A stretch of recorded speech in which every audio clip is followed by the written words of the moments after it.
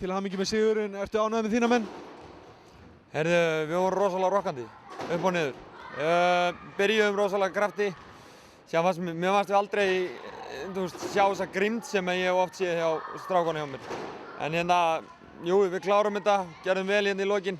Sérstaklega Gassi, setti bara allt honni. Og bara, já, bara virkilega, klárum þetta virkilega sterkt. Þetta var náttúrulega svakaleg bara innkoma í leikinn hjá honum. Það bara fór allt ofan í hjá honum. Já, ég bara hef aldrei séð hann eins. Hann hérna sleppti boltanum einhvern veginn og hraðablöpi hendi boltanum aftur fyrir sig. Hann var samt honni. Þetta var bara virkilega flott hjá honum.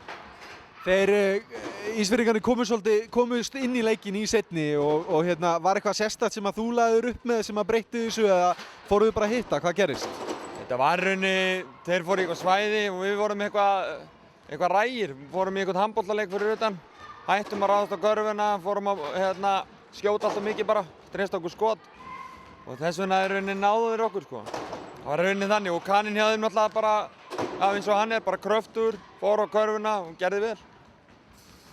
Þið eru með Blika í næsta leik á útivelli. Hvernig leggst það í þig? Það reyndar á heimavelli, en hérna leggst bara mjög vel í mér. Og hérna, ég er svo sem ekkert byrjar að skoða það neitt. En hérna, ég reyndi að skoða Blika-leikinn á móti KFÍ. En það leggst bara mjög vel í mig. Eru þið að fara upp eftir veturinn? Við ætlum að gera það, já. Engin spurning. Nei. Hjalti, þakka kærlega fyrir og gangi ykkur vel.